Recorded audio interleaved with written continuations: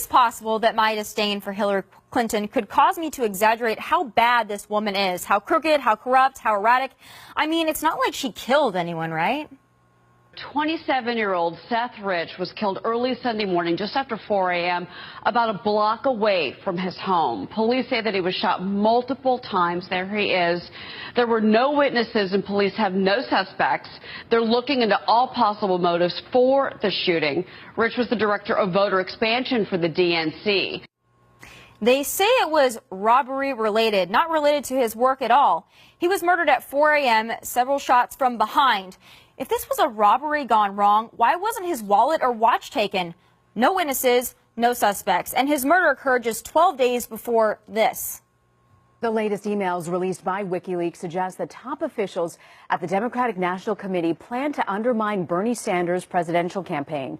The Sanders campaign had long accused the DNC of tipping the scales in favor of Hillary Clinton. In this email from May 2016, DNC press secretary Mark Postenbach wrote, wondering if there's a good Bernie narrative for a story, which is Bernie never ever had his act together, that his campaign was a mess. Seth Rich was the DNC's director of voter expansion. That leak didn't look good for the DNC or Ms. Clinton. So did someone have to die because of it? Whistleblowers go to significant efforts to get us material and often very significant risks.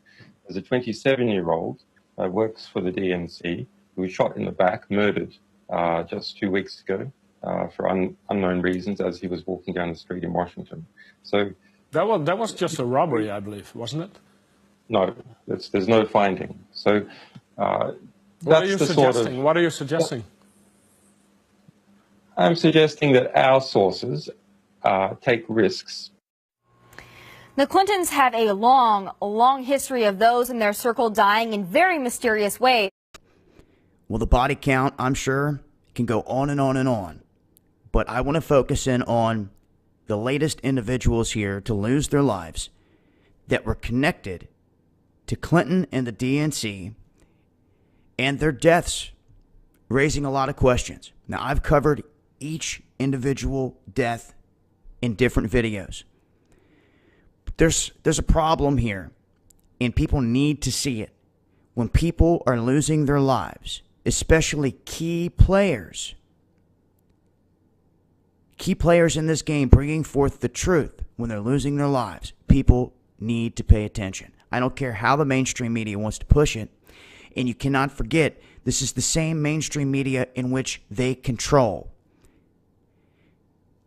Okay? So when you get this information through certain outlets and then you turn on the evening news, you're not going to hear a word, and the masses are not going to hear a word about what we talk about, the facts.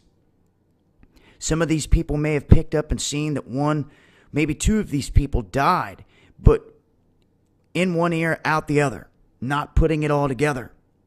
Seth Rich, okay, he was one of the key individuals here that was taken out in D.C.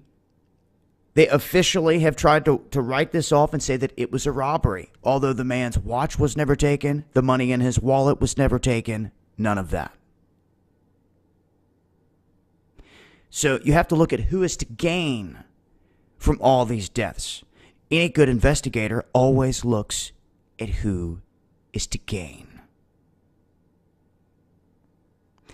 Then we had John Ash, the man that was supposed to testify, connected to the UN and everything, was going to testify against Clinton, and his throat gets crushed.